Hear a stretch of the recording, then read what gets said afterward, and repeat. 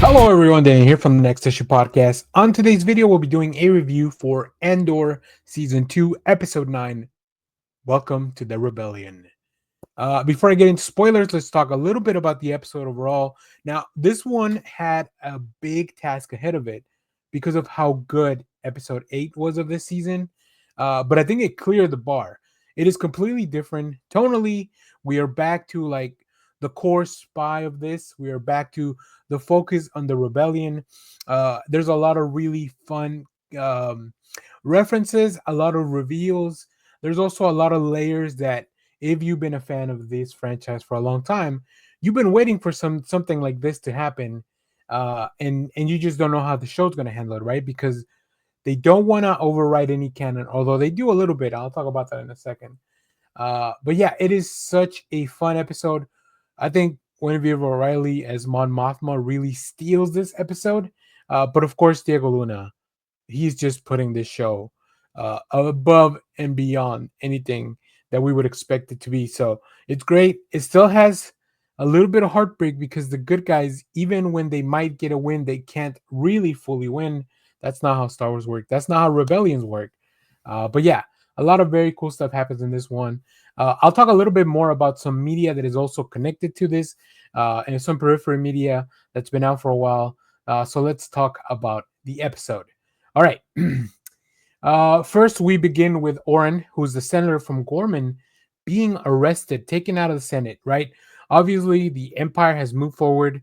They're keeping really close eye on a lot of these senators, a lot of the things that, a lot of the workings. They don't really want to give anyone any chance or space to challenge the Empire. We see Mon Mothma and Bail Organa, who's been recast with Benjamin Bratt as opposed to Jimmy Smits. They talk about the Senate. They talk about what's going on. They talk about their plan going forward. When Mothma is planning to do a speech, Bail obviously is there, but he can't do the same thing. He's got other priorities, but he wants to make sure that Mon Mothma goes and is able to deliver this speech. So he's a very, very important linchpin to this episode. And everything about this episode is about that speech from Mon Mothma. Um, Cassian then decides that this next mission is going to be his last. He talks to Clea, who's the shopkeep, finally got her name. Uh, there is one moment in this scene where the camera just lingers a little bit too long on Cassian. And it's just great because it reflects all his internal conflict, right? He wants to be part of the rebellion. He's still probably shook from whatever the Force healer told him.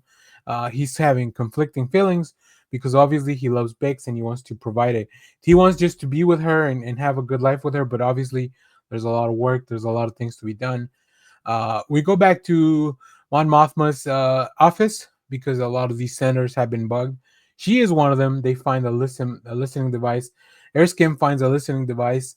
Mon Mothma goes outside the Senate building to practice her speech without being listened to, where she runs into Luthen. Luthen confronts her about what's about to happen, and really tells her that he has to kind of go with him in this part of the plan. That everything that Bale might have set up is compromised, and we'll see how that plays out later. He also reveals that Erskine has been working for him, uh, and that's a shock too. It's a betrayal to him and Mothma, right? Because why would he not be upfront about him trying to protect her? Both Luthen and Esrim.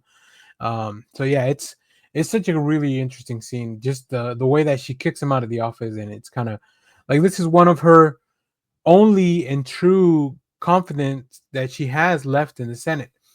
Um, Cassian and the team are both in the Senate building, ready to protect Mon Mothma in their own individual ways. They don't really know about each other. Well, I guess they know about each other, but they don't know exactly what each other's plan is.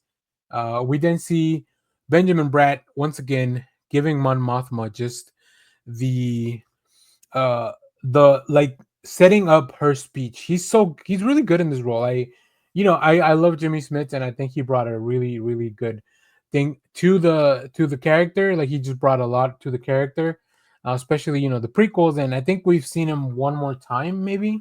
I don't really know the reasons behind the recasting. If you know any more of that, let me know down in the comments. But I mean, Benjamin Bratt is great as well. So like, I don't know it. we didn't miss a step here with Bail Organa, and even he might have changed his haircut or whatever. Like there's a reason why he might look a little bit different, but either way, I think they both nailed the character. We then begin uh, a little bit of a cat and mouse game, right? The Empire's listening. Bale's team's been compromised. Cassian is coming in as a reporter, and then Bale finally sets up Mon Mothma's speech. He quotes and addresses some legislation that would allow him to yield the floor because obviously the Empire has very carefully manipulated who gets to talk in this assembly. But Bale figures out a way to Mon Mothma to give her speech, and you should definitely go back and rewatch the speech. It's very good. I'll talk a little bit more about the speech in a second in the different set of media. But yeah, Mon Mothma, the goat. I put that in my notes. I love it. It's just really, really well delivered, just very passionately, and she just calls out the Empire on all their crap that they're doing. She doesn't hold back anything, so it's a great, great scene. But now she has to flee. She's got to go. Right? The Empire definitely wants. They're gonna lock her up. They don't. They're not messing around. Um, and I love that Cassian. He finds her. She realizes that he's the person that Luthen set up for her to escape with. And Cassian, Asman Mothma begins to doubt herself. Tells her like, "Welcome to the rebellion." And there you go. There's the title of the episode.